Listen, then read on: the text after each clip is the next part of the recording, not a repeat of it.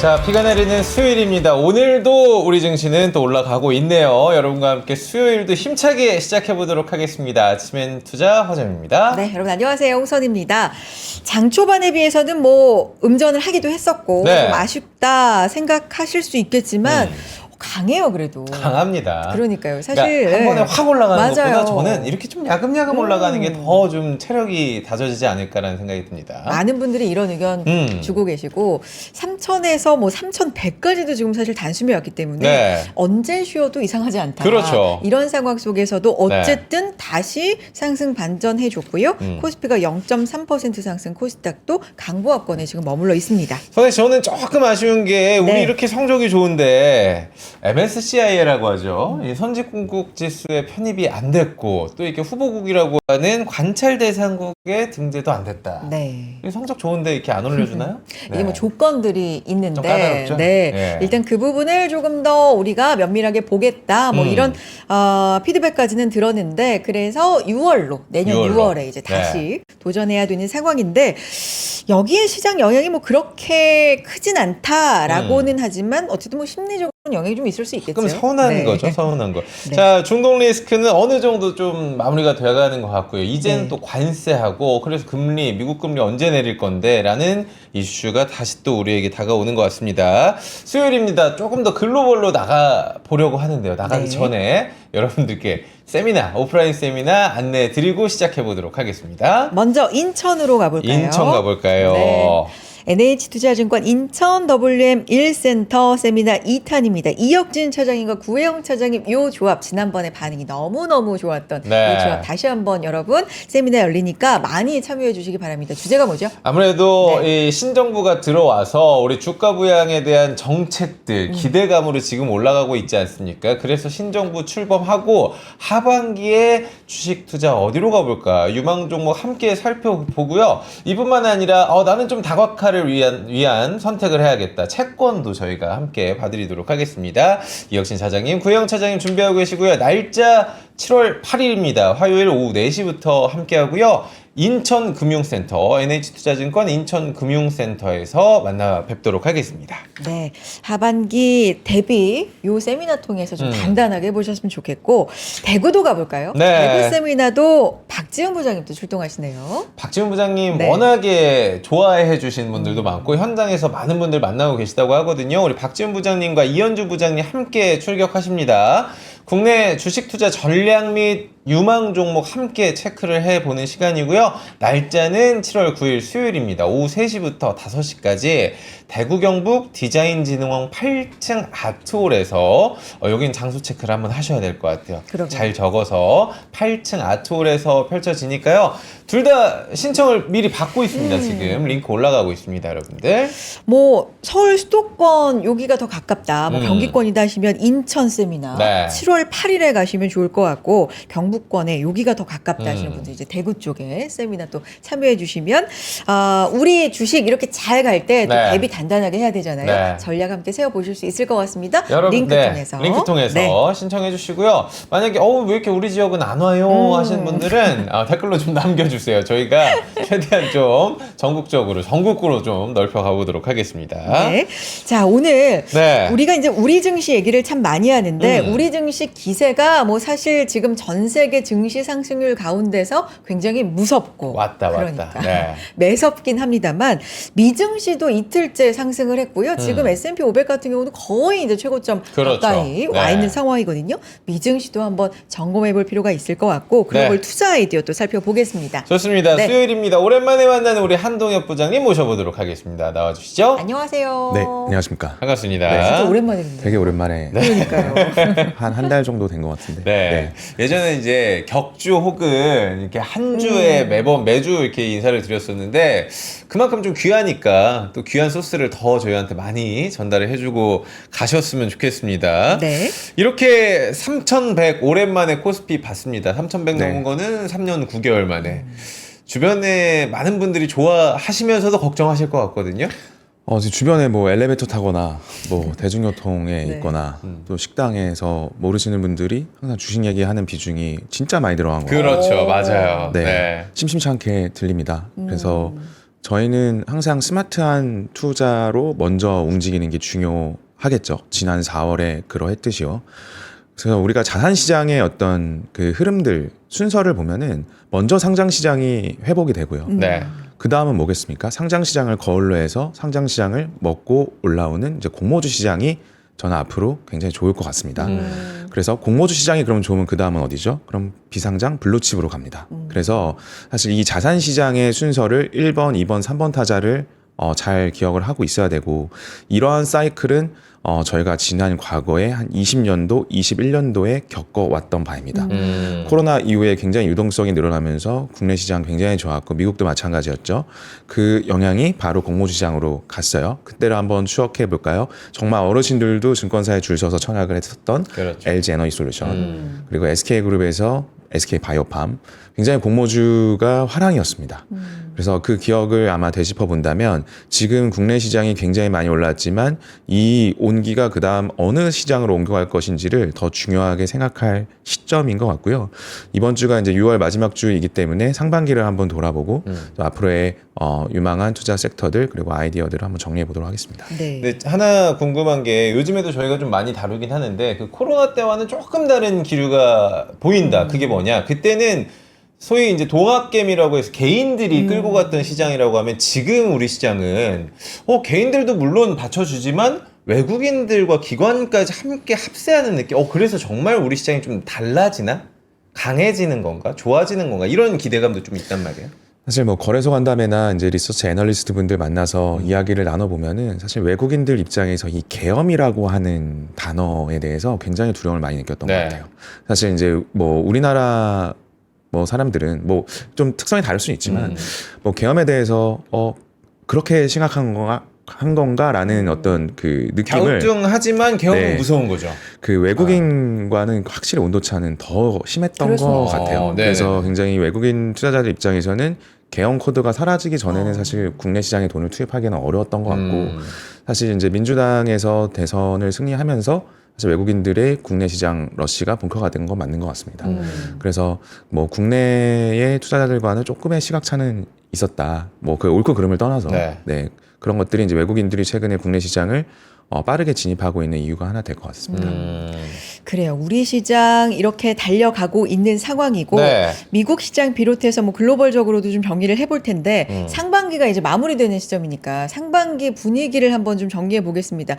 너무 우려도 많았고 뭐 사건 이런 거 너무 많았고 관세부터 시작해서 진짜 관세 전쟁이 아니라 진짜 지정학적 전쟁이 또 있었잖아요. 네. 지금도 완전한 건 아니다. 약간 불안불안한 그렇죠. 시점이다. 네. 뭐 이런 분위기가 있긴 한데 부장님 좀 정리 좀 해주실까요? 상반기? 표현을 이렇게 하고 싶네요. 우리가 항상 지난 시간을 통해서 우리의 과거를 통해서 앞으로가 더 좋아야 되고 어제보다 오늘이 조금 더 발전적인 맞아요. 내가 돼야 되고 투자가 돼야 되고 그래야 할 텐데 상반기를 이렇게 쭉 돌아보면은 사실 관세 전쟁은 전쟁이 아니었는데 사실 내 심리만 전쟁급의 동요가 일어난 게 아니었냐. 그래서 사실 4월에 어떤 미국 해방의 날 뭐 전후 기점으로부터 뭐 저희는 이제 미국 주식을 굉장히 많이 늘렸고 네. 뭐 저도 한편으로 보는 굉장히 강한 의견을 4월 달에 가질 맞아요, 수밖에 맞아요. 없었습니다. 그래서 가만 생각해 봤어요. 오늘 방송 오기 전에 네. 그 리스크가 어떤 이슈들이 생기면 예를 들어서 경기 지표가 굉장히 서프라이즈로 안 좋게 나왔다 또는 뭐 최근에 지정학적인 이슈가 발생했다 또는 관세 이슈가 발생했다 어떤 리스크라는 단어가 발생했을 때 표현할 수 있는 그런 이슈들이 발생했을 때 사는 관점으로 보는 게 리스크를 파악하고 사는 관점으로 보는 게 절대적으로 저는 맞다라고 생각을 해요. 네. 왜냐하면 그게 대상이 성장 자산이라면 계속해서 이건 장기적으로 성장을 하는 어떤 주체인데 사람도 그렇고 어떤 투자도 그렇고 모든 그 주체가 된 대상이 성장하고 있는 중이라면 어떤 리스크가 발생했을 때 이거는 결국에 해결될 수 있는 거라고 보면은 그때 손을 내미는 게 그게 뭐 우리가 표현하는 리스크 온 아니겠습니까? 근데 우리의 투자들은 대부분이 좀 달라요. 나는 리스크가 없어지면 투자할게요. 다 나오는 거 보고 투자할게요 라고 하면 비싼 가격에 살 수밖에 없는 거고 사실 전고점을 돌파할 때 열풍이 붑니다. 국내 주식도 마찬가지고요. 미국 주식도 이제 전고점 넘어가기 시작할 거거든요. 네. 그러면은 오히려 더 많은 대중의 관심들이나 자금들이 들어오기 시작할 거고 그러면 이제 물릴 가능성이 좀 높아지는 그렇죠. 거죠. 네. 근데 반대로 물릴 가능성이 굉장히 낮은 4월 같은 경우에는 아무도 사고자 안 하고요. 뭐 사자고 해도 굉장한 욕을 안티가 그렇죠. 네, 맞아요. 많은 네. 그런 설득이 잘 안 되는 구간이 사실 굉장히 큰 투자 기회가 있다라고 저는 생각이 듭니다. 그래서 지금 오늘 방송을 통해서 살펴볼 것도 별로 관심이 없는 것들이에요. 뭐 공모주? 요즘 공모주 누가 합니까? 아 진짜 오랜만에 들어본 것 같아요. 공모주. 근데 보세요. 최근에 상장한 뭐 달바글로벌 이런 주식들 굉장히 좋습니다.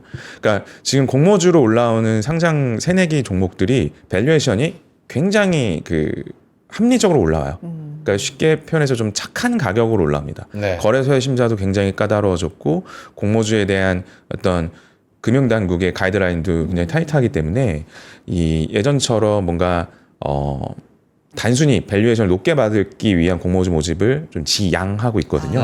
그렇기 때문에 국내 시장에 일단 상장주 시장에 온기가 돌았으면은 그러면은 밸류가 괜찮고 새롭게 등장하는 신규 종목들이 뭐야? 굉장히 중요하거든요. 왜냐하면 신규 사업 그리고 앞으로 커나갈 성장 산업들이 상장하겠죠. 네네. 미국도 마찬가지고 국내도 마찬가지입니다. 그래서 이런 기업들을 잘 봐야 되고 모든 기업은 비상장에서 시작합니다. 네. 뭐 지금의 우리가 매일 사용하고 있는 인스타그램, 뭐 페이스북 2014년도에 상장했고요. 테슬라도 하나의 비상장 기업이었고 삼성그룹도 대구의 한 상회로 시작을 했습니다. 모든 기업은 비상장에서 시작을 하기 때문에 새롭게 공모주로 그리고 시장에 대비를 할 때는 정말 잘 지켜봐야 된다는 말씀을 드리고 싶습니다. 이런 모든 부분들을 이제 네. 자료를 준비하신 자료를 네. 하나하나 보면서 좋습니다. 정리해보면 좋을 것 같습니다. 네. 시작해 볼까요, 부장님? 좋습니다. 창표 네. 보면서. 보여주세요. 네. 오늘 오랜만에 나와서 내용을 좀 많이 준비했는데 네. 그래서 좀 인덱스로 좀 정리를 해봤어요. 부지런히. 자료 한번 보면서 시작을 네. 해보겠습니다. 이제 상반기에 대해서 빠르게 좀 리뷰해보고요. 결론적으로 저는 미국을 늘려가야 되는 시기라고 봅니다. 네. 상장 주식만 놓고 보면은 한국을 좀 줄여서 미국으로 좀 가야 되는 시기라고 저는 보고 아, 그래요? 있고요. 오. 국내 시장을 볼 거면 아까 말씀드린 이제 공모주를 좀 봐야 되는 시기인 것 같고요. 네. 그 이슈가 테슬라의 일론 머스크와 이제 트럼프가 설전을 했던 게 한 2주 전이었잖아요. 그렇죠. 근데 이거에 대해서 이 이슈는 정말 아무것도 아니다라고 말씀을 명확하게 해주신 분들이 거의 없더라고요. 그래서 결론은 아무것도 아닌 이슈인데 그게 왜 그런지에 대해서 오늘 한번 제가 정리를 해드릴 거고요. 네. 그리고 투자건들 같이 말씀드리도록 하겠습니다. 우리 오백님도 공모주 진짜 오랜만에 듣는다고. 네. 새로운 뷰 오늘 좋습니다. 공모주 이야기 시작을 한번 해주시죠. 네, 관세 수입이 실제로 늘었죠, 근데 미국이. 네. 네. 그래서 한번 자료 한번 볼게요. 네. 네. 되게 재밌습니다. 우리가 우려했던 거 관세 전쟁하면은 물가 올라가고 인플레 나고 뭐 금리 못 내릴 것 같고 그렇죠. 경제 망가져. 스태그플레이션. 스태그플레이션이고 네. 다 세상 쪼개질 것 같은 그런 걸로 갔는데 관세 수입 굉장히 많이 늘었습니다. 여기 더 이렇게 초과하는 게 25년도의 관세 수입이에요. 미국의 수입은 늘고 있고요. 그 원천은 늘고 있고 물가 서프라이즈 지수 볼까요? 15년 이후 최저치입니다.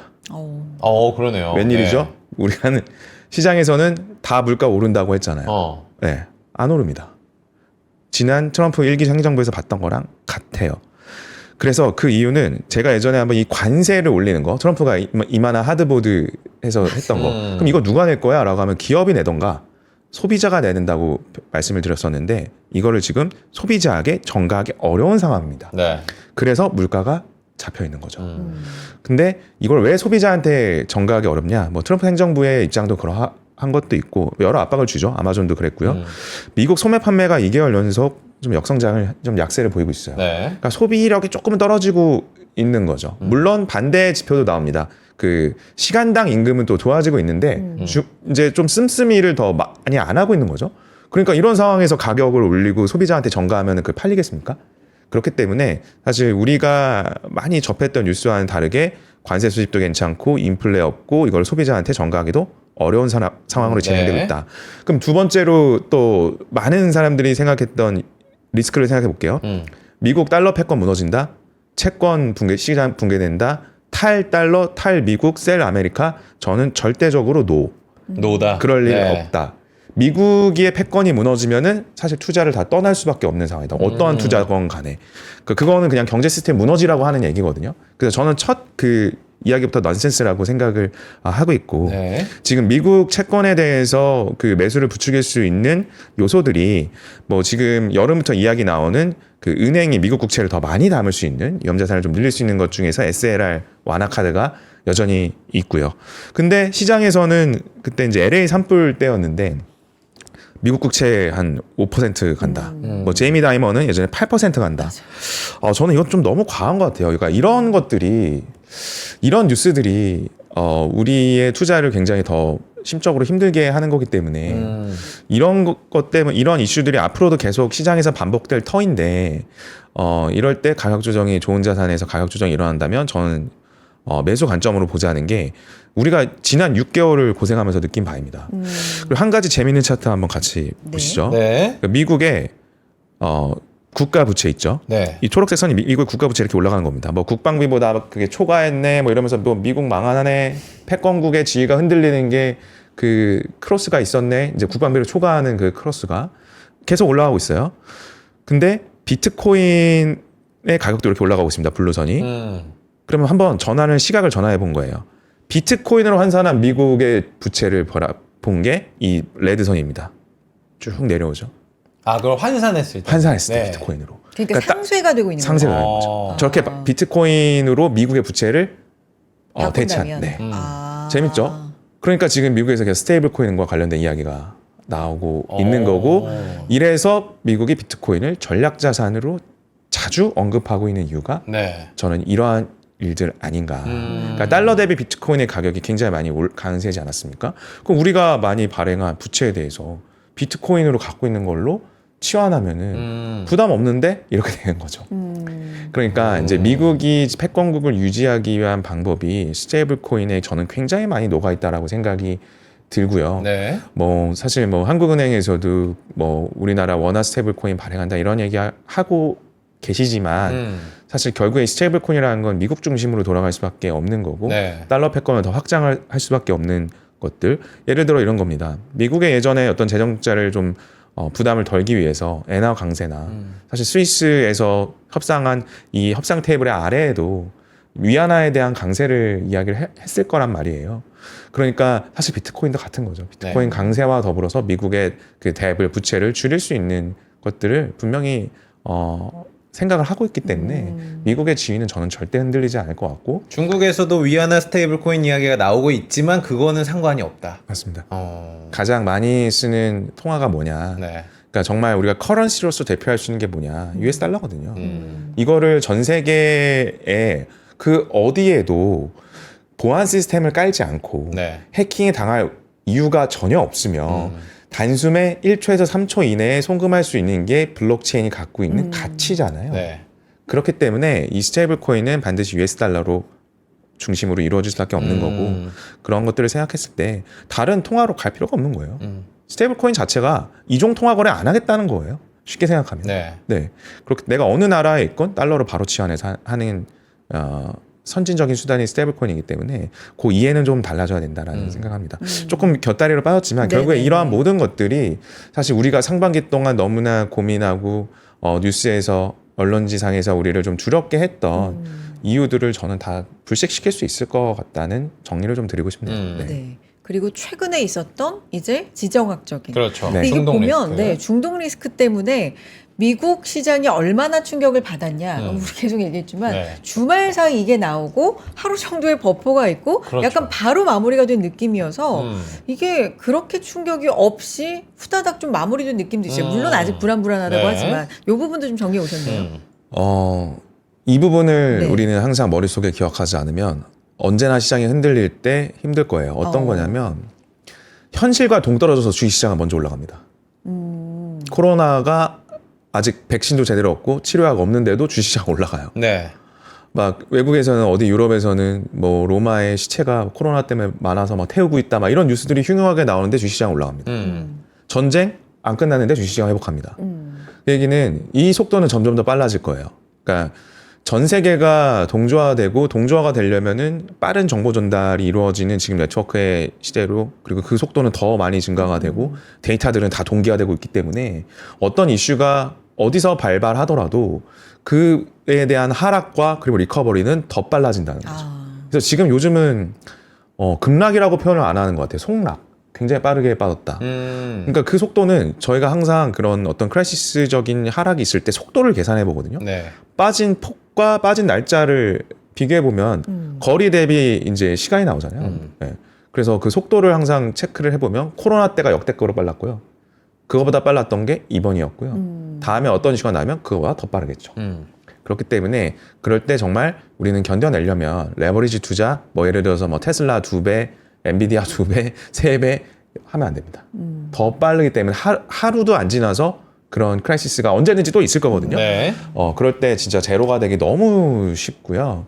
그렇기 때문에 안정적인 포트폴리오를 유지해야 되는 게 그런 속도적인 측면에서도 이 하락과 회복이 굉장히 빠르기 때문에 좀 유의를 해야 되는 앞으로의 시기인 것 같아요. 그래서 아까 뭐 전쟁 리스크 관련해서도 말씀해 주셨지만 실질적으로 뭐 이런 자료들 많이 보죠. 자료 한번 보여주시면 과거에 뭐 걸프전, 뭐 이라크전, 뭐 여러 가지 뭐 우크라이나 이런 것도 있지만 전쟁 이후에 뭐 10일 이후, 20일 이후, 뭐 60일 이후 대부분이 뭐 크게 확전이 되는 게 아니라면은 S&P의 그 지수는 영향 크게 안 받았었거든요. 그래서 사실 지금의 어떤 이란과의 문제도 뭐 결국엔 해결될 거라는 이슈로 보고 그리고 미국의 지금 상장 기업이 성장을 계속하는 중이라면 하고 있죠. 지금 테슬라만 보더라도 정말 역사적인 그 이슈를 만들어내고 있는 겁니다. 저는 우리 삶에 딱 두 가지 굵직한 인류의 진보가 있는 것 같아요. 첫 번째 우리가 경험했던 스마트폰, 네. 두 번째 비감독 자율주행. 그래서 사실 그 우리가 먼 훗날 지금을 되짚어 봤을 때 굉장히 인류의 큰 진보가 이루어지고 있는 지금이라면 오히려 이러한 이슈가 주가를 괴롭힐 때 우리는 매수의 기회로 삼는 게 저는 아주 타당한 생각이다라고 다시 한번 좀 강조를 드리고 싶습니다. 근데 저도 네. 동의하는 바가 있는데 이게 생각을 이게 그냥 단순하게 생각해 보면 스마트폰과 FSD 이제 자율주행이 굉장한 어떤 사건이다. 그렇죠. 네. 근데 하나는 약간 받아들이는데 거부감이 별로 없어. 내 생명과 직결되진 않거든. 그게 스마트폰이라는 네. 거죠. 근데 네. 완전 자율주행은 이게 안전 문제라. 그렇지. 간밤에도 이 테슬라가 그 전일에는 8% 이상 올랐다가 어제는 약간 2%. 또 좀 안전 관련 네. 이런 문제가 있으면서 또 하락하고 이런 맞아요. 부분이 있기 때문에 요거는 이제 받아들이는 어떤 속도 이런 게 좀 차이가 있지 않을까 싶긴 해요, 부장님. 그래서 저는 네. 빨리 받아들이는 게 건강한 생각 아닌가. 이득이다. 왜 그러냐면 근데 저도 카톡 안 쓸 때는 나 투지폰, 쓰리지폰 써도 상관없어 했었거든요. 사실 그때는. 재밌지 않으세요? 보세요. 어떤 거냐면 관점을 좀 달리해야 됩니다. 네. 아주 재밌는 게 지금 테슬라가 앵커님께서 말씀해 주신 그 운전법규를 위반했다는 거 아닙니까? 네. 근데 보통 운전법규를 위반하면 사람한테 벌금을 부과하거나 그 사람을 블레임하겠죠. 왜 이렇게 도덕적이지 못해? 왜 네. 위반했어? 그러면 안 되잖아. 이렇게 사람을 블레임하는데 지금은 차를 갖고 뭐라 하지 않습니까? 그렇죠. 차가 사람인가요? 지금 사람처럼 이야기하고 있는 거예요. 저는 되게 굉장히 소름 끼칩니다. 어머나. 지금 차가 사람으로 인식하고 있는 거예요. 네. 왜 차한테 너 왜 위반했어 이러는 거잖아요. 물론 이제 자율주행 이제 단계가 올라갈수록 이제 제조사의 그 이제 책임을 이제 묻고 네. 해결을 해야 되는 과정으로 가지만 지금 뉴스를 보면은 너무나 대단한 지금 역사적 현장이 발생하고 그럴 있는 수 거예요. 있겠네요. 그리고 이제 AI 로보틱스, 그 로봇이 우리 생활에 되면 로봇을 블레임할 거잖아요. 로봇이 일 제대로 못하고 너 왜 일 안 했어? 보통 사람한테 하는 얘기예요. 사람한테 그 노동에 대한 대가를 지불하고 임금으로 지불을 하고요. 사람이 뭔가를 잘못했을 때 어떤 도덕적인 비난을 받고 뭔가 책임을 질 터인데 지금은 우리는 어떤 기계를 갖고 이야기를 하고 있어요. 그렇죠. 인격이 없는 존재를 지금 사람처럼 받아들이고 있는 인격화를 한 현장을 거죠? 우리는 지금 보고 있는 겁니다. 그렇게 또 생각하면 그렇기 때문에 이거 굉장히 큰 저는 역사의 전환점이라고 생각을 하고요. 그래서 저는 테슬라에 대해서 계속 그 강세론자의 입장을 견지를 하고 있는 이유입니다. 그래서 이제 뭐 워낙에 우리 한 부장님께서는 예전부터 미국 시장을 많이 맞아요. 다루셨었고 우리에게도 많은 소개를 해주셨단 말이에요. 근데 지금은 이제 저는 좀 갈등이 되는 게 아니 우리 시장도 아직 유동성 장세 시작인 것 같은데 더 올라갈 수 있는 상승 룸이 많은 것 같은데 지금 미국 시장을 내가 봐야 하나? 라는 생각이 좀 든단 말이에요. 미국 시장보다 지금 우리 국장이 더 강한 거 아니냐라는 반문을 들었을 때 그래도 미국 주식에 대한 비중을 늘려야 할 때라고 뷰를 주실 건지. 네네. 그 이유들을 이제 쭉 보여드릴 텐데 네. 지금 왜 저는 국내 시장을 좀 많이 갖고 있는 게 자산 가격이 리커버리가 되고 수익률이 많이 났으면 그 국내 시장에 투자하는 국내 시장 계속해서 고수한다면 단기 투자로 숏텀으로 투자를 전환을 해야 되고요. 네. 국내 상장 주식은 장기적으로 본다면 미국으로 무조건 지금은 조금씩 넘어가야 되는 그 이유라고 보는 게 결국엔 주가는 왜 오릅니까? 뭘 바탕으로 올라갑니까? 이익을 바탕으로 올라가요. 그렇죠. 근데 우리나라가 지금 올라오는 거는 거버넌스 때문에 올라오는 거예요.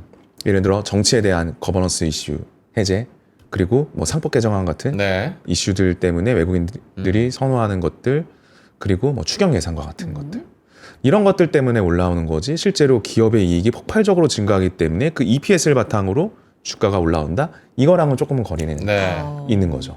그럼 미국은요?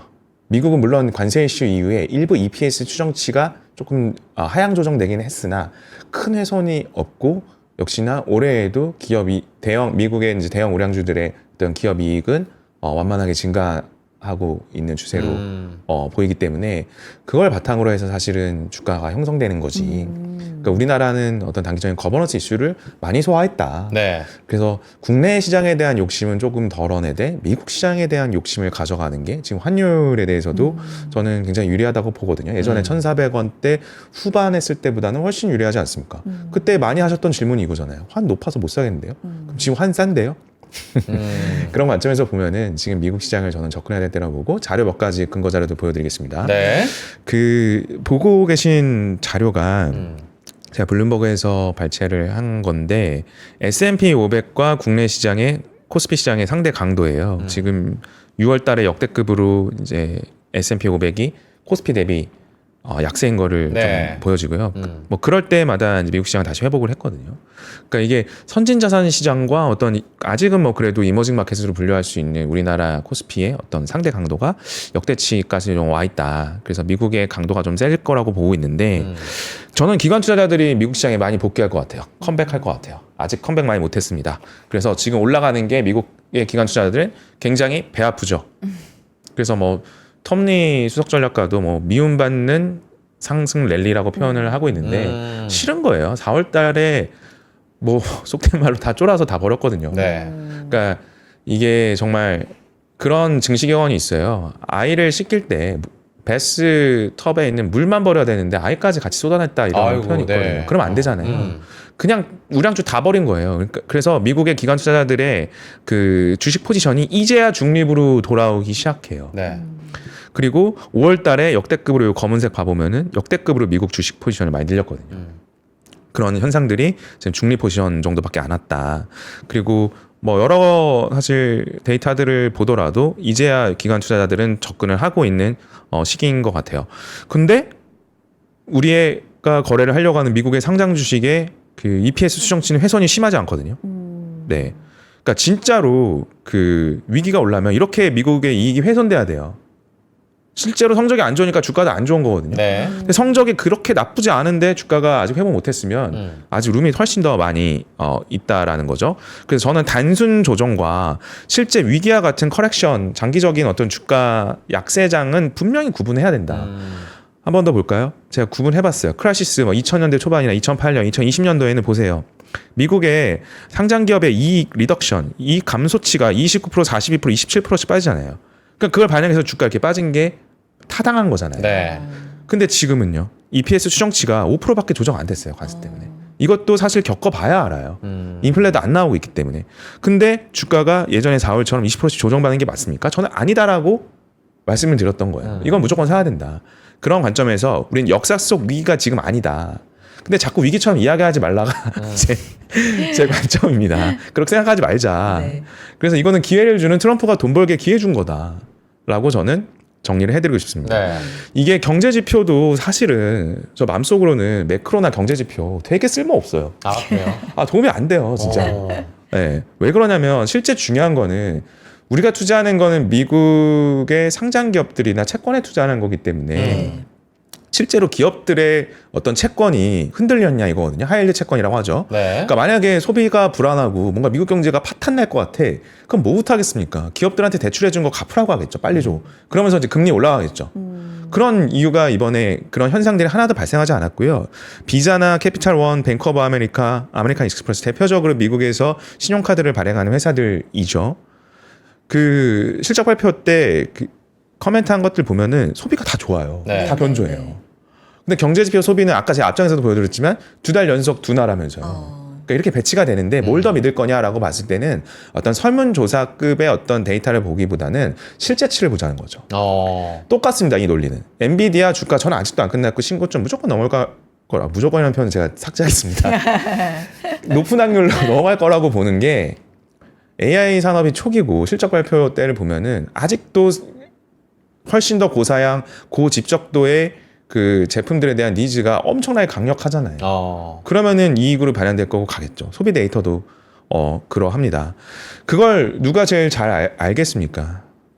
내 몸 상태 내가 제일 잘 알겠죠. 미국의 기업들 네. 본인 상태 잘 알아요. 네. 그렇기 때문에 역대급 자사주 매입하고 있습니다. 네. 그래서 지난 2025년 보면은 전년 대비 계속해서 이 자사주 매입 증가하고 있고요. 제가 전에도 보여드렸지만 2017년도에 미국 상장 기업의 자사주 매입이 한 5,400억 달러. 올해 25년도에 1조 달러 이상 보고 있는데 이미 제가 월스트리트 저널 지난번에 보여드렸는데 이미 5천억 달러 넘었어요. 6월이 최대기 전이에요. 그러니까요. 네. 그렇기 때문에 본인의 상태를 본인이 제일 잘 아는 미국의 기업들이 역대급으로 지금 잉여금을 갖고 자사주를 매입하고 있다. 근데 우리가 반대로 생각할 이유가 있느냐라고 생각했을 때는 좀 어려운 것 같고요. 네. 전 연준의 완화적 스탠스는 나올 거라고 봅니다. 그래서 2018년도, 19년도에 제가 이때도 방송을 했거든요. 네, 그 관세 전쟁 있을 때만 방송하는 것 같아요. 그래서 그때도 굉장히 큰 그 연말 방송에 다들 표정이 안 좋았어요. 네. 되게 침울하게 연말 방송 마무리했어요.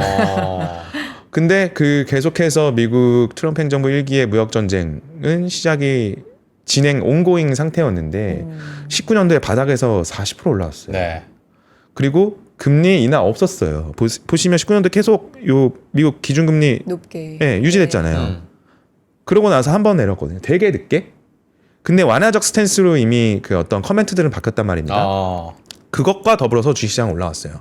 저는 지금의 미국 시장이 19년도랑 굉장히 유사할 거라고 봐요. 그래서 앞으로의 어떤 핵심 키는 연준의 금리 인하라기보다는 인하를 할 것 같은 스탠스가 조만간 나올 터인데 그렇다고 그런 것까지 나온다고 했을 때는 시장은 굉장히 미국 시장 좋을 수 있다.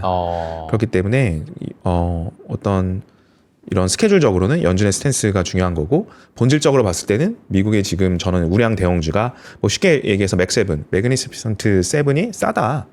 지금 사볼만 하다. 저는 이렇게 생각을 합니다. 어제 파월 의회 거기서도 출석했잖아요. 네. 거기서도 일부 나온 거 아니에요? 말이 뭐 좀 신중하겠다라는 건 그대로인데 인플레이션 이대로 잘 가면 내릴 수도 있어. 굉장히 뭐 이런 해석이 걸. 분분한 맞아요. 발언을 했어요. 네. 그럼 9월에 내리는 게 이제는 거의 좀 더 높아지는 건가요? 그러니까 뭐 앞서 말씀드렸듯이 이제 연준 위원들 사이에서도 이제 금리 인하에 대한 필요성을 느끼고 있는 그렇죠. 거 무게감이 좀 달라지고 있더라고요. 같아요. 네. 왜냐하면 지금 미국의 경제가 되게 견조하거든요. 우려하고 있는 인플레 안 나왔고 아주 재밌는 것보다는 조금 웃기죠. 웃긴 게 뭐냐면 두세 달 전만 하더라도 미국의 모든 IB들이 S&P 500의 그 목표 타겟 지수 레벨을 다 내렸어요. 경기 침체 온다고. 지금 다 바꾸고 있잖아요. 몇 달 만에. 침체 얘기는 진짜 잘 들어간 것 같아요. 그러니까 저는 이게 진짜로 좀 그러니까 아이비들이 일부러 그러는 거죠? 위기감을 조성하면 뭐 좋은 겁니까? 아주 자기들이? 미국의 기관 투자자들이 아주 큰 미스를 한 것 같아요. 4월달에. 근데 이제 우리는 스마트해야겠죠. 그래서 오히려 미국을 참여하는 리테일 투자자, 개인 투자자들이 훨씬 더 잘하셨다. 좋은 판단했고. 그래요. 사실 미국 주식시장 매수 자금을 매도 다 비슷한데 그 매매 형태를 차지하고 있는 게 이제 CTA 그래서 CTA 트레이딩이라고 해서 그 기계로 주문내는 게 대다수거든요. 그 이유는 왜냐고 물어보시면 ETF가 많이 성장해서 그래요. 그러니까 ETF 내에는 다양한 포트폴리오를 갖고 있지 않습니까? 그거 언제 이제 손으로 마우스 클릭하면서 주문냅니까? 못 내요. 그렇기 때문에 이제 기계적으로 트레이딩하는 자금이 거의 증시에 70% 육박할 거예요. 예전에 코로나 때 그래서 속락이 나오고 급속도로 V자 쉐입의 반등이 나오는 이유이기도 한데 그런 자금들이 아직 투입이 안 됐거든요.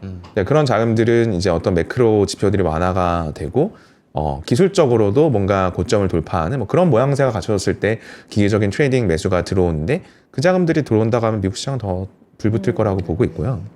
지금 이제 트럼프 대통령 같은 경우에는 이제 파월 향해서 적어도 2% 이상 2에서 3% 정도는 인하를 해야 된다라고 압박을 하고 사실 이건 좀 현실성이 없는 부분이잖아요.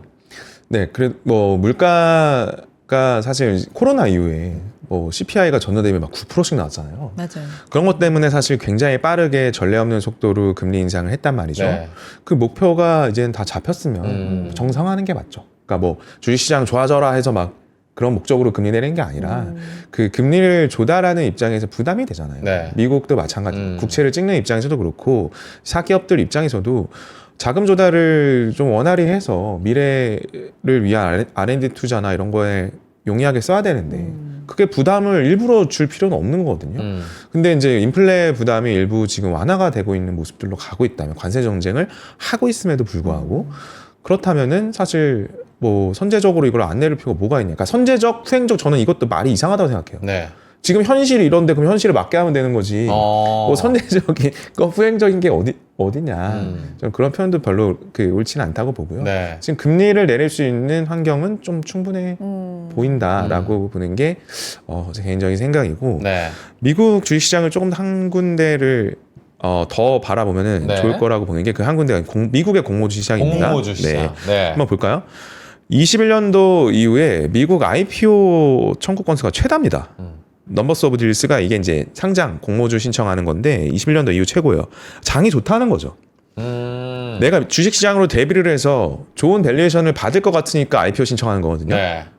근데 이게 25년도에 근 4년 이후에 최대치를 기록을 하고 있고요. 네.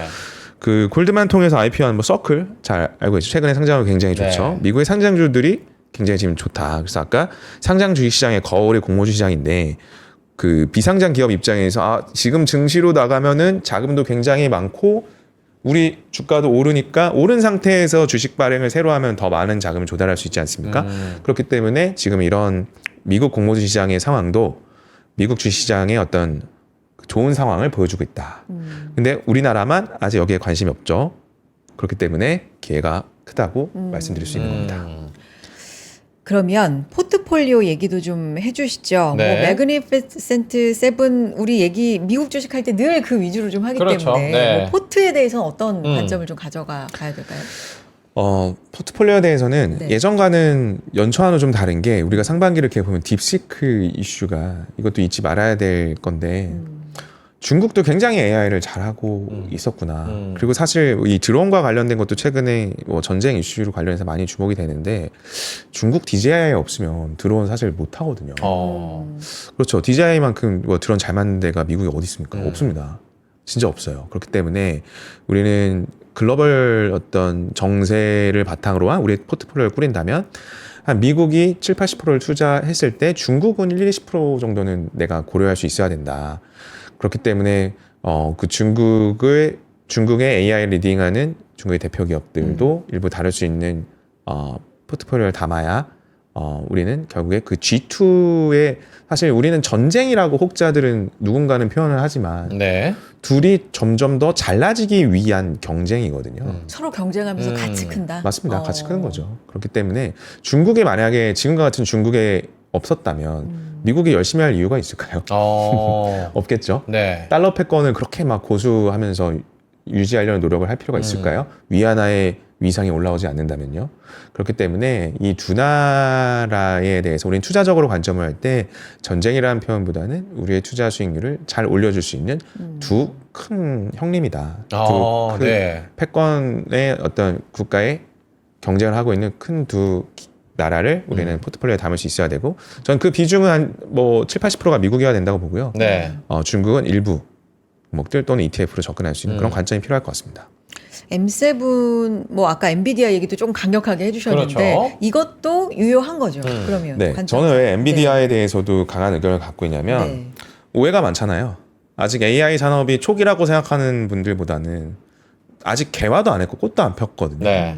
이제 조금 뿌리 심고 그 뿌리에 해당하는 게 뭐냐면 데이터 센터 정도랄까? 그 정도에서 이제 뭔가 그 줄기가 올라오고 있는 정도인 것 같은데 제 생각은 엔비디아에 대한 그 칩에 대한 수요는 아직도 너무나 지금 애기 수준인데 이제 산업이 앞으로 나가야 될 방향들이나 단계를 보면은 그렇기 때문에 그 AI의 가장 큰 인프라를 담당하고 있는 엔비디아 같은 경우에는 앞으로도 계속 좋을 수밖에 없다. 네. 좋을 수밖에 없다고 표현하는 기저에는 실적은 계속 양화하기 때문에 할 것으로 추정이 되기 때문에 엔비디아에 대한 저는 신고점을 넘어갈 수 있는 관점도 말씀을 드리고 있는 이유입니다. 만약에 이제 투자적인 관점으로 봤을 때, 엔비디아, 테슬라, 난 다 좋은데 깊게 공부하고 싶진 않아 라고 했을 때 M7 지수를 좀 따라가는 것도 괜찮을까요? 개인 투자자 전략으로 봤을 때? 사실 깊게 공부하기 싫으면 투자를 하면 안 돼요. 아, 그래요? 아우, 너무 막 어려워서. 그래서 저는 M7과 관련된 ETF를 보시는 것도 저는 괜찮은 것 같고요. 또 정말 나는 투자를 공부하기 싫다. 그럼 굉장히 안타까운 이야기 하지만 그냥 네. 지수 ETF 사셔야죠. 그러면 지수. 네. 근데 참 이게 그 테슬라만 하더라도 예전에 S&P 500에 포함이 안 된 종목이었거든요. 그렇죠. 네. 그러니까 그런 기회를 놓치는 거죠. 네, 그런 슈퍼스타들은 아까 말씀드렸지만 모든 기업은 비상장에서 시작해서 상장으로 대비하고 상장 시장에서 조달한 자금을 자양분으로 또 다른 R&D를 하고 앞으로의 이익을 개척해 나가는 건데 그거를 사실 공부하기 싫으니까 공부하기 싫으면 어쩔 수 없지만 지수로만 가다 놓는 투자는 지수 ETF는 조금 아쉽죠. 아쉽다. 네. 그 정도로. 네, 물론 좋은 수단이긴 하지만 네. 네, 이 성장하는 기업들이 지속적으로 나오고 있는 지금 대 AI 시대에 아쉬울 수 있죠. 네. 광고 잠깐 보고 와서 네. 지금 부장님이 준비하신 자료가 40장인데 우리 20장 봤거든요. 그래서 다 볼 수는 없을 것 같고 중요한 거 위주로 광고 보고 와서 우리 보면 어때요? 알겠습니다. 공부를 앞으로 더 해보도록 하겠습니다. 그러니까요. 네. 광고 잠깐 듣고요. 2부에 공부 더 딥하게 가보도록 하겠습니다. 여러분들 어디 가지 마시고요. 광고 듣고 올게요. 광고 타임.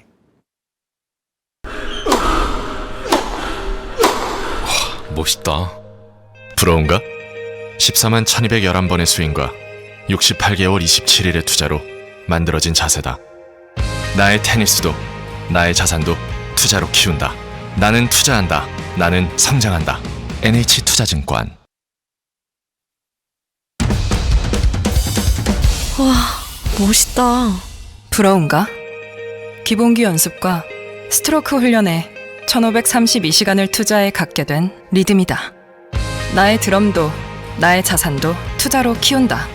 나는 투자한다. 나는 성장한다. NH투자증권.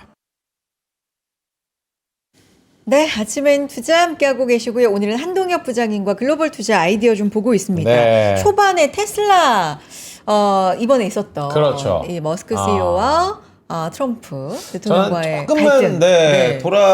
돌이켜 보면 정말 테슬라는 이 트럼프와 함께 작년 연말부터 시작을 해가지고 굵직굵직 도지부터 시작을 해가지고 근데 굉장히 또 사랑 싸움을 열심히 하더니 쭉 이제 또 갈라선 그러니까요. 느낌. 네, 이 전반적인 부분이 오너 리스크가 아닌가라는 이야기들도 굉장히 많이 있었거든요. 네, 네. 로보택시 이야기까지 한번 살짝. 그러니까 지지난주에 이제 있었던 트럼프와 일론의 설전이 맞아요. 굉장히 충격적인 이슈긴 하죠. 근데 이제 한 번 더 생각을 해보면 진짜 매수 기회로 삼았어야 되는 이유가 있거든요. 그러니까 제가 한번 자료를 보면서 네. 좀 재밌는 자료긴 합니다. 좀 말씀을 드릴게요. 테슬라 랠리가 더 갈 수 있는 이유는 뭐 앞서 말씀드린 자율주행에 대한 사고는 이제 계속해서 해결돼서 또 데이터로 정립될 거기 때문에 그런 이유가 있는데 이게 좀 월요일인가 비 왔잖아요. 이거 진짜 천재인 것 같아요. 이 영상 만든 제가 이게 진짜 이제 AI로 만든 영상이잖아요. 네. 안녕하세요, 트럼프입니다. 네. 오늘 비가 와서 일론이랑 차박하러 가기로 했어요. 이야. 막걸리도 마시고 그동안 우리가 서로 욕했는데 장수 막걸리야. 그냥 뭐 일론 너 실수할 수 있어 막 이런 애드립을 해요. 술 먹고 푸는. 네. 맞아요. 그래서 저는 두 가지를 느꼈는데 AI 그 영상 만드는 기술이 대단하다. 실제로 그 구글 AI 어시스턴트의 잘 비오나 이런 진짜. 것들 보면은 어마어마하거든요.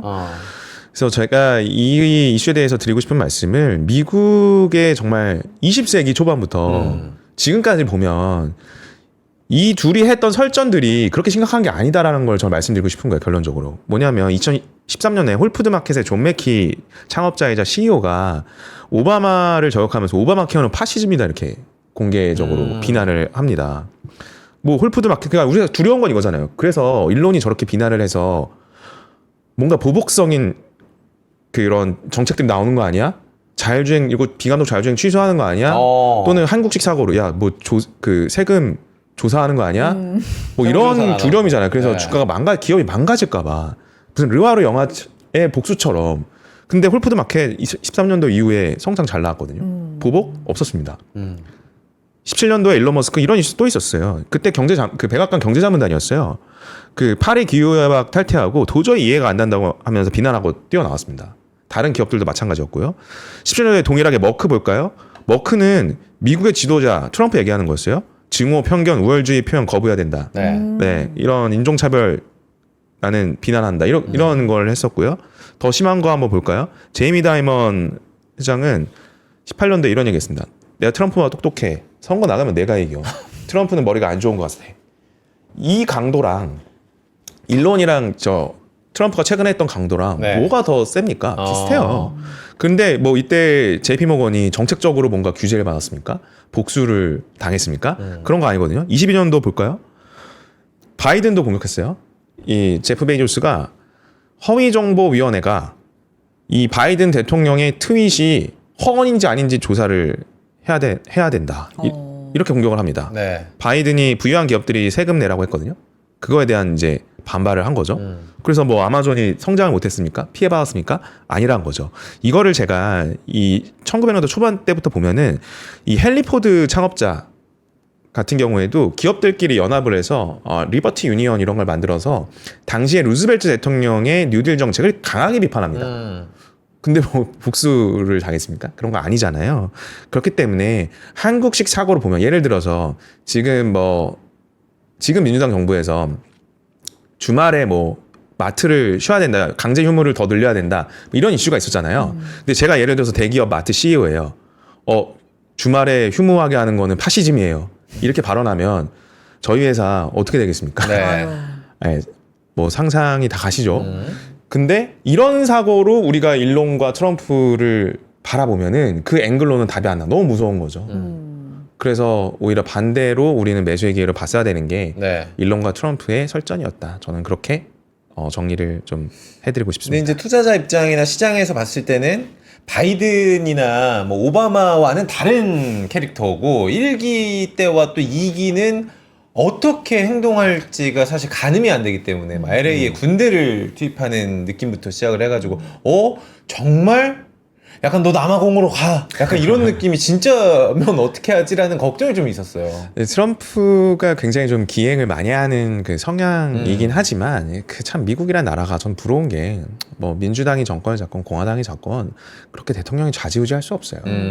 물론 강력한 행정 권한이나 명령을 할 수 있지만 굉장히 그 의회 중심의 민주주의가 아주 잘 성립이 되어 있는 나라이고 네. 대통령이 그렇게 뭔가 사기업에 대한 복수를 행정부를 통해서 한다?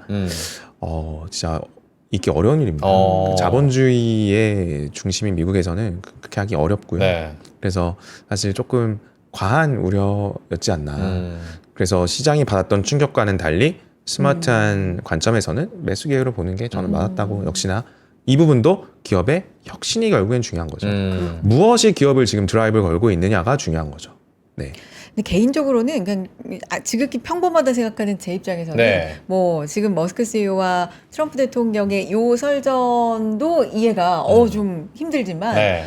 최근에 연준 의장한테 파월과, 하는 발언도 그렇죠. 뭐 이것도 이제 평범한 독립기관인데, 생각으로는 그렇지. 약간 표현이 저렇게 말한다고 뭐 이런 관점으로 네. 한두 가지가 아니에요 사실. 어쨌든 제시해 주시니까 앞으로는 좀 그렇게 생각하도록. 네. 네. 뭐 지금 뭐 노벨 평화상 후보로 거론되고 있다 보니까. 다음으로 자, 가볼까요? 그러면은 네. 우리 2부에서는 본격적인 이야기를 지금 10분도 안 남았는데 맞아요. 들어가 보겠습니다. 투자할 때 주목해야 할 3가지 관점에 대해서 이야기를 또 준비를 해주셨거든요. 네. 좀 빠르게 좀 부탁을 드려볼게요. 네, 앞으로 하반기에 이제 상반기 이야기는 다 됐고 하반기에 어떤 자산에 좀 주목을 해야 되는지 그냥 우리 걸어다니면서 누구든지 하는 국내 주식 이야기 말고 네. 지금 밸류가 굉장히 착하고 앞으로 쉽게 말해서 좋은 전략이 될 만한 것들 3가지 말씀드리겠습니다. 저희가 이제 세미나를 통해서 항상 그 아이디어들을 공유 드리고 있는데 네. 사실 저희가 이제 국내 주식을 굉장히 많이 늘렸을 때는 계엄 사건이 나고 이후였어요. 이후에. 네. 그때도 방송을 했지만 뭐 지금 하는 사람 언제 사냐. 그런 관점이고 국내 시장이 굉장히 싸다라고 역대급 할인을 받고 있다라고 생각을 했고 네. 지금 그게 이제 해소가 됐던 게 지난해 말이었고요. 그리고 이제 바이 아메리카를 굉장히 강하게 외쳤던 게 지난 4월이었고 지금 그래도 남아있는 기회들은 이런 것 같아요. 아까 제가 말씀드린 상장 시장이 좋아졌기 때문에 그리고 공모주 시장으로 네. 갈 거고 그 온기가 그 다음은 비상장 블루칩으로 올 거기 때문에 첫 번째는 공모주 시장, 두 번째는 비상장 블루칩, 그리고 세 번째는 상장 시장 중에서 지금 많이 못 오른 미국의 우량주. 이렇게 세 가지를 정리하면 좋을 것 같아요. 공모주가 얼마나 안정적인 성과를 냈는지 한번 볼까요? 제가 1999년도부터 24년도까지 봤습니다.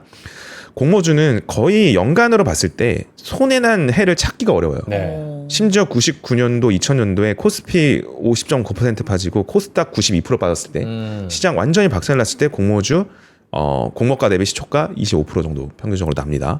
그래서 사실 관리만 잘 되면 이 공모주는 굉장히 안정적으로 운용을 할 수 있는 수단이에요. 제가 바로 상장 당일날 안 팔고 3개월 정도 만약에 묵혀놨다 네. 라고 봤을 때도 99년도부터 제가 25년도까지 뽑았거든요. 손해난 때가 언제 있습니까?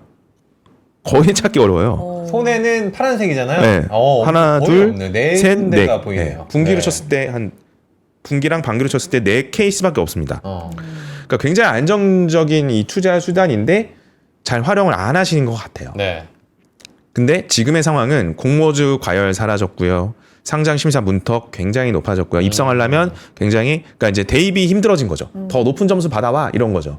그러니까 굉장히 더 좋은 컨디션으로 공모주를 우리는 맞이할 수가 있고 네. 아까 말씀드린 신규 상장 진짜 잘 봐야 된다. 새로운 거 올라오는 거는 그 앞으로의 어떤 사실 정치 경제 문화가 다 한 기업이 핵심적인 사업을 하려면 그거에 맞는 사업을 해야 되잖아요. 그렇죠. 그런 것들이 올라오기 많기 때문에 미국의 서클처럼 그래서 신규 상장 정보 잘 봐야 되고 아까 말씀드린 모든 훌륭한 기업들은 다 비상장에서 시작을 했다. 그 어떤 초기 시절을 우리는 볼 수 있는 안목이 있다면 이제 좋은 성과를 얻을 수 있겠죠. 그래서 뭐 시장 안 좋을 때도 사실 굉장히 방어적으로 좋은 수익률들이 나왔던 게 공모주 시장이었습니다. 근데 왜 그동안 우리가 왜 많이 활용을 못했냐, 공모주 펀드 이렇게 많이 활용 못했냐라고 보면은 운용사들이 공모주 펀드를 굉장히 큰 규모로 갖고 있는 데가 많아요. 그렇다 보니까 금액은 크니까 네. 공모주 시장 우리나라 경제 체력으로는 어느 정도 정해져 있지 않습니까? 뭐 계속해서 무한히 발행할 수는 없잖아요. 그러니까 실제로 내가 갖는 파이는 적은 거예요. 돈은 펀드는 큰데 실제로 내가 가져가는 공모주는 적으니까 실제로 개인 청약을 하더라도 많이 못 받는 거죠. 그러니까 예를 들어 경쟁률이 100대 1이면 100억을 넣어야 1억 받는 거잖아요. 그렇죠. 네, 그러니까 네. 이제 좋은 건 알겠는데 많이 확보를 못한다. 그래서 저희는 특별한 공모주 펀드를 만들었습니다. 배정을 훨씬 더 많이 받을 수 있고요. 얼마나 많이 받냐? 한 23년도 저희가 운영한 거 볼까요? 뭐 여러분들이 아실 만한 두산 로보틱스가 일반 청약 경쟁률이 524대 1이었어요. 네. 524억 넣어야 1억 준다는 의미예요. 근데 저희가 설계한 펀드에서는 114대 1. 확실히 4.6배 더 많이 네. 받죠. 그리고 보시면 다른 종목들도 보더라도 12배 많이 받았고요. 13배 많이 받았고요. 밀리에서 40배 많이 받았습니다. 그래서 이렇게 공모주 펀드를 잘 설계를 하면은 실제로 일반 투자자들 대비 개인 청약하는 거 대비 4배에서 40배까지 더 많이 받을 수 있어요. 네. 좋은 종목들을. 24년도 볼까요? 보시면 한 4배에서 실제로 뭐 20배까지 더 많이 받은 이런 결과들을 가져가고요. 실제로 앞으로 되게 중요한 거는 뭐 어제도 금융당국에서 이야기가 나온 게 공모주에 대한 펀드에 대한 혜택을 또 늘려 나갔거든요. 코스닥 벤처 펀드에 대한 이런 것들을 지금 정책적으로도 지금 잘 마련이 돼 있고 공모주도 굉장히 컨디션 좋은 것들이 올라오기 때문에 공모주는 어떤 싸움이냐면요. 좋은 걸 많이 받는 싸움입니다. 많이 확보하는 싸움이기 때문에 이런 펀드들을 저희가 이제 7월 초에 런칭을 할 거예요. 그래서 활용해 보시면 저는 굉장히 유용할 것 같습니다. 이걸 7월 초에 네. 그때 한 번 더 설명을 그럼 부탁을 드려봐도 될까요? 뭐 그때 방송 나오게 되면 좀 한 번 더 말씀을 모셔볼게요, 드리겠지만 저희가. 뭐 저희 사무실 네. 통해서 연락 주시면 또 자세히 설명드릴 수 있도록 아, 하겠습니다. 좋습니다. 여기까지인가요? 음. 네. 또 추가로 못하신 부분 있으면 부장님. 네. 네. 마지막으로 좀 네. 시간 남았으니까 네. 브라질 채권 한번 볼까요? 좋아요. 좋습니다. 이것도 참 제가 4월에 바이 아메리카 하면서 북미에는 미국, 남미에는 브라질 뭐 이렇게 말씀드렸는데 기준금리가 15%가 됐습니다. 15%예요. GDP 8위인 국가가 중앙은행 금리가 15%예요. 기준금리가. 그러면서 얘기를 했던 게 이제는 긴축 중단을 검토할 것이라고 방코 센트럴도 브라질 중앙은행에서 이야기를 했습니다. 네. 그렇기 때문에 저희 회사와 이제 여러 채권 전문가분들은 내년 1분기 정도에는 금리 인하 나올 거라고 보이고요. 실제로 이게 오해를 하지 말으셔야 될 게 중앙은행 금리가 15%잖아요. 네. 그 브라질 채권 금리가 15%가 아니에요. 지금 매수할 수 있는 게. 이미 다 반영이 돼 있어서 14%를 언더 하거든요. 13.9 막 이래요. 그러니까 이제 스마트한 투자자분들은 이미 브라질 이제 중앙은행 금리가 더 이상 더 피크를 찍기는 어려워. 그러니까 더 피크를 뚫고 올라가기 어렵다고 판단했기 때문에 미리 스마트 머니가 매수가 들어온 거고, 지금도 저는 역시 이런 10가지 이유들을 사실 공유를 드리면서 지금도 브라질 채권 괜찮다. 헤어라도 굉장히 저는 싼 것 같고, 이런 관점이 있는 것 같아요. 우리나라 투자자 시각에서는 브라질을 좀 무시해요. 뭐 남미 국가라서 잘 몰라서 무시하면 그건 잘못된 거거든요. 잘못된 행동이죠. 몰라서 무시하는 건. 알고 무시하는 건 모르겠는데, 브라질이라는 나라는 굉장히 큰 경제 대국이고 네. GDP 순위 8위에서 10위를 언제나 유지하는 굉장히 자원 부국입니다. 그렇기 때문에 이런 좀 편견을 깨고 브라질이라는 나라를 좀 다시 볼 수 있으면 좋겠어요. 브라질 채권에 대해서 지난번에도 이제 말씀해 주신 적이 네. 있기 때문에 또 중간 점검 지금 어떻게 되고 있는지까지도 지금의 관점도 덧붙여 주셨네요. 부장님 좀 자주 나와 주셨으면 좋겠어요. 또 네. 언제 뵐 네. 수 있나요?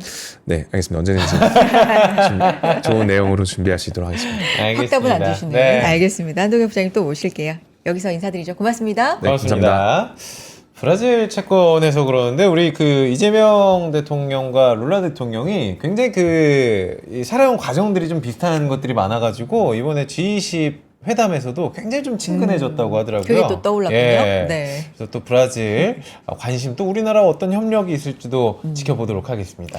자, 아침엔 투자 이렇게 함께 하셨는데요. 지금 코스피 0.24% 빨간불 3,111선 유지하고 있고요. 코스닥은 하락 반전 다시 하면서 네. 0.32% 하락 798선이네요. 코스닥 800 어제 찍고 약간은 좀 그렇죠. 힘겨워하는 모습들. 네. 코스피는 그래도 상승하려는 계속해서 좀 시도 움직임 보여주고 있습니다. 오늘 조금 빠지는데 또 개인들은 열심히 또 사고 계시는 거 보니까 오후장도 한번 지켜보도록 하겠습니다. 네, 내일 또 인사드리죠. 여러분 고맙습니다. 고맙습니다.